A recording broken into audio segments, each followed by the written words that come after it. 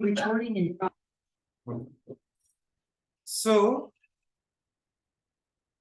यहाँ पर ये 10 सेकंड्स ले रहा है गाइस। मतलब एक जैसा प्रैक्टिकल एग्जांपल देते हैं कि एक रेलवे स्टेशन पे जो टिकट काउंटर है वहां पर 20 लोग एक साथ आ गए और हर एक को प्रोसेस करने के लिए 1 मिनट लग रहा है।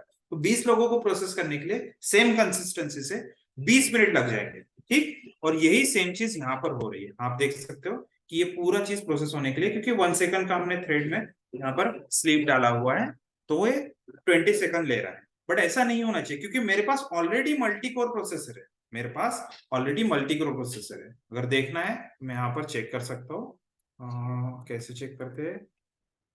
LSCPU core core core core, ये देखो मेरे पास 2 कोर वाला प्रोसेसर है। ठीक है, और सीपीयूज एक्चुअली हम काउंट करते हैं तो 4 कोर क्वाड कोर प्रोसेसर है मेरे इसमें। ठीक है, तो क्वाड कोर अगर प्रोसेसर है तो मैं यहाँ पर 4 मेथड एक साथ एग्जीक्यूशन के लिए डाल सकता हूँ। बट यहाँ पर एक भी अभी नहीं किया हमने यूज। तो इसको अभी कैसा करेंगे, कैसे कर सकते हैं इस चीज को हम एग्जीक्यूट एक साथ? तो किसी भी क्लास को अगर आपको थ्रेड में कन्वर्ट करना है, किसी भी क्लास को अगर थ्रेड में कन्वर्ट करना है, तो उसके सामने लिख दो एक्सटेंड्स थ्रेड। किसी भी क्लास को अगर थ्रेड में कन्वर्ट करना है तो उसके सामने लिख दो थ्रेड, उसके सामने क्या लिख दो? थ्रेड लिख दो guys. And now instead of running that method, run method को रन करने की जगह स्टार्ट करना है। रन मेथड को रन करने की जगह स्टार्ट करना है। स्टार्ट करते हैं तो इंटरनली थ्रेड क्लास के अंदर स्टार्ट नाम की मेथड है जो इंटरनली रन मेथड को एग्जीक्यूट करती है। अगर मैं स्टार्ट मेथड को यहां पर कॉल करता हूं तो इंटरनली क्या होता है, वो रन मेथड को जाके ही रन करता है। रन मेथड को जाके ही रन करता है। ठीक है, चलो इसको करते हैं कंपाइल, रन करते हैं। अभी मैंने 2 कोर ओपन कर दिए। ठीक है, क्योंकि मैंने इसको थ्रेड बना दिया। इसका क्या मतलब है कि रेलवे स्टेशन पे 2 काउंटर ओपन, रेलवे स्टेशन पे 2 काउंटर हो गए, नंबर ऑफ पीपल वही है 20। तो अब देखते हैं कि ये 20 सेकंड्स या फिर 20 मिनट जो लेता था उसकी जगह 10 मिनट में काम कर देगा, क्योंकि 2 लोग अभी एक साथ प्रोसेसिंग चालू। देख रहे हो विनोद? ठीक है, और ये जरूरी नहीं है, ये जरूरी नहीं है कि वो कंटिन्यूअसली वैसा ही एग्जीक्यूशन हो। हाय हुकू ऐसा एग्जीक्यूशन हो, जरूरी नहीं है। हो सकता है कि पहला वाला जो प्रोसेस है वो हाय को जल्दी मिल जाए, दूसरे इसमें हुकू को मिल जाए, तीसरे इसमें हाय को नहीं हुकू को पहले मिल जाए। ठीक है, ऐसा।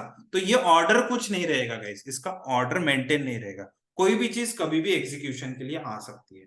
ठीक है, कोई भी चीज कभी भी एग्जीक्यूशन के लिए आ सकती है। लेकिन एक चीज समझने वाली ये है यहाँ पर कि एग्जीक्यूशन अभी मेरा 20 सेकंड की जगह 10 सेकंड में ही कंप्लीट हो रहा है। ठीक है, तो ऐसे करके आप कितने, मेरे कंप्यूटर में भी 4 कोर है तो 4 मेथड में एक साथ ऐसे एग्जीक्यूशन के लिए भेज सकता हूँ।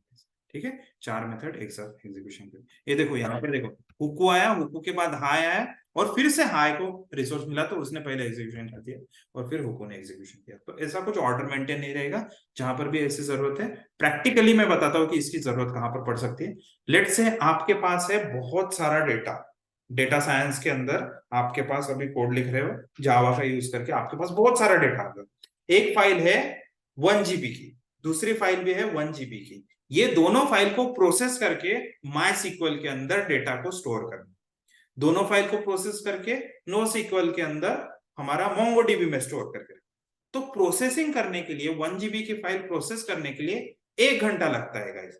तो ऐसे 2 फाइल्स प्रोसेस करने के लिए आपको 2 घंटे लग जाएंगे, और दोनों भी अलग अलग डेटाबेस में स्टोर करना है। ठीक है, अलग अलग डेटाबेस या फिर अलग अलग डेटाबेस के टेबल में स्टोर करना है प्रोसेस करने के लिए। तो एक एक घंटा के हिसाब से यहाँ पर 2 घंटे आपके वेस्ट हो जाएंगे। ठीक है, तो ऐसे केस में आप क्या कर सकते हो, थ्रेड बना सकते हो 2, और दोनों थ्रेड बनाने के बाद दोनों का एग्जीक्यूशन एक साथ स्टार्ट कर सकते हो। तो पूरा का पूरा 1 आवर आपका सेव हो जाएगा ऐसे केस। ठीक है, तो यहाँ पर ठीक है, आज के डेट में सिर्फ 2 ही फाइल है, कल चल के 10 फाइल आ गई तो ठीक है।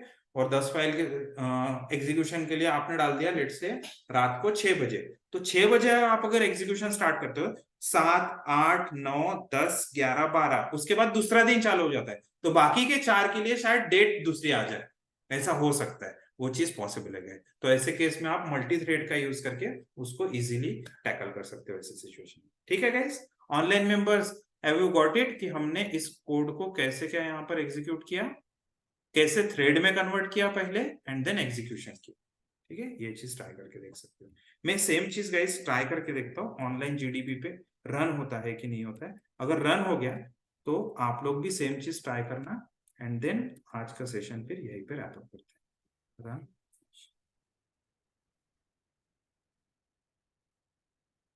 होता है गाइस, होता है। ठीक है, तो ये सेम चीज ट्राई करके देख लीजिए। अभी हमने क्या किया, दो क्लास बनाए और दोनों क्लास में एक मेथड लिखे रन नाम से। ठीक है, मेथड का नाम सेम होना चाहिए, रन ही होना चाहिए।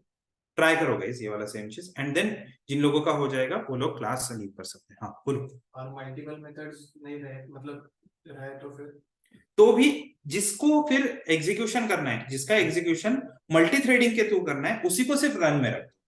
ठीक है, इन केस ऐसा नहीं करना है तो फिर रन मेथड के अंदर आप दोनों मेथड कॉल कर दो। लेट्स से यहाँ पर मैंने एबीसी मेथड लिखी और एक्सवाईजी मेथड लिखी, तो इसके अंदर आके रन में this dot ABC this dot XYZ ऐसा कर सकते हो। ठीक है, तो ऐसे प्राइवेट मेथड्स आप बना के इसको एग्जीक्यूशन में डाल सकते हो। ठीक है, और ये क्यों जरूरी है, जब भी ज्यादा एग्जीक्यूशन होता है गाइस वहां पर हमेशा फेल होता है।